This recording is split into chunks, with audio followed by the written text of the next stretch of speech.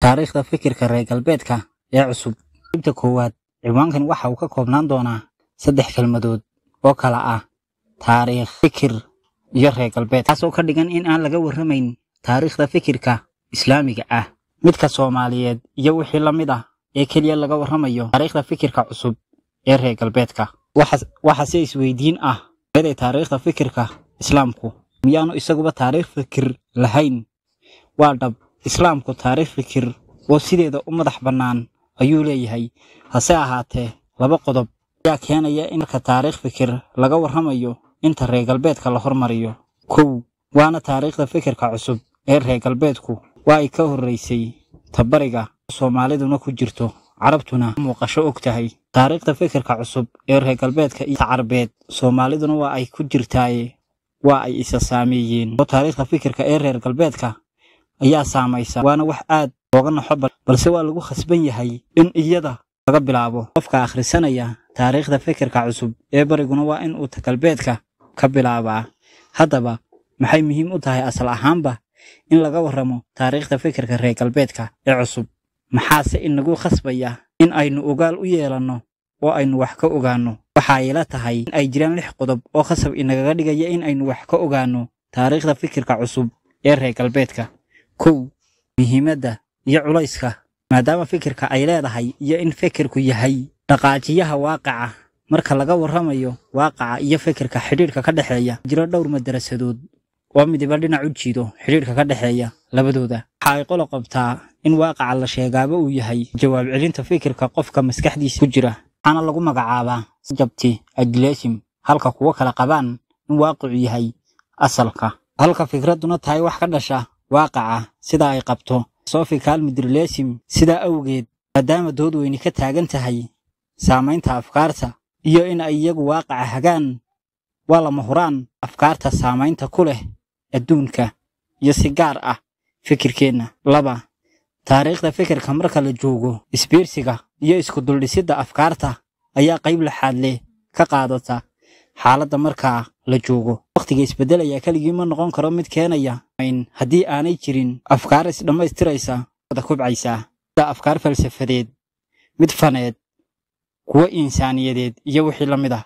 Sidoo kale qadiyadu kaliya ma aha afkaar kolba mid soo baxayso iyo waqti qura ee waa isbiirsiga saameeyayaal isku tegaya, kuwaas oo abuuraya isbedelo mid inagu dhiirigelinaysa guud fikirka galbeedka. Taariikhdiisa waxa aynu ka rabno daraasaynta taariikhda fikirkani waa in dhacdooyinka kala go'an ee mid waliba dhinac socoto aynu isku geyno oo aynu ka soo saarno xadada aynu nool nahay iyo halka loo socdo. Isbedeladii fikir ee galbeedka ka socday waqtigoodii, xataa mufikiriin badan oo waqtiga noolaa ma ay ogeyn geedoonka socda. Waxa kaliya ee ay arkayeen waa dhacdooyin socda, sida insaaniyad kor u kacday, ilxaad batay iyo wixii la mid ah. Maantoodna afkaarta kala dhantaalan oo mid waliba goonidiisa yahay ay u fiirinayeen, iyaga oo aan hal jid wada qaadsiin, sal ay ka midaysan yihiinna aanu samayn. Sida awgeed, sida mufikiriintaas oo kale, dad badani baarugsana laxdada la joogo ilaa ay libidho ama qarsoonto. Haddaba si aynu wax uga baranno oo aynu xilliga aynu joogno u fahanno, waa in aynu ogaano isbedelada kala duwan taariikhda fikirka reer galbeedku soo maray. Tusaale ahaan, kacdoonkii Faransiiska oo dhacay 1789 miilaadiga, kalaga waxyaabihii keenay iyo halka ummadaasi maraysay, in maanta aynu ku miisaami karnaa halka aynu marayno waqtigaas inta isku jiraan ma aynu dhaafnay mise maba aynaan gaarin. Qofka laxdada aqoonsada sidoo kalena timaadada saadaaliya ayaa mufikir noqon kara, inta ayna kuwa inaga dambeeya ku baraarugin ama ayna falanqayn waqti dambe xilligan aynu joogno. In aynu wax ka baranaa isbedelada taariikhda reer galbeedka iyo fikiradoodu isbedelada ay soo mareen. 3 isbedelada fikirka galbeedka ku dhacay hordhacyadoodii in badan oo ka mid ah ayaa laga arkaa bariga ama ummadaha islaamka. Sida awgeed waa in la ogaado halka ay hordhacyadaasi geeyeen fikirka reer galbeedka.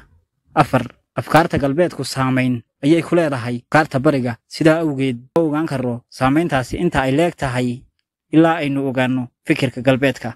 Afkaar badan oo bariga laga arkay sidii dhacday 90meeyadii oo ay mawjado cilmaaniyadeed la dirira ay bariga ka soo mudhiraahdeen, halka waayo hore afkaartaas iyo isgoysyada galbeedku soo maray. Sida awgeed halka ay ku dambeeyeen ma ay daraasayn kooxahaasi. Sidoo kale waxa la qiyaasi karaa in kuwa kale oo badan soo ifbixi doonaan. qodobka shanaad daraasaynta taariikhda fikirka reer galbeedku waxa ayna tusinaysaa haddii aynu muslim nahay in aynaan garaad oo qura kaga samata bixi karin duwanaanta iyo iskhilaafyada nooc walba leh ee sunnaha nolosha ka midka ah. taas waxaad ka arkaysaa kala duwanaanta afkaarta iyo falsafadaha la soo saaray inta ay tiro leegyihiin iyo tiro badnaantooda marka taariikhda fikirka galbeedka akhrido una gundadegto. tusaale ahaan qarnigii 18aad waxa uu ku suntanaa oo uu galbeedku u ololeyn jiray laba arrimood oo aad u muuqday: caqliga iyo xorriyadda.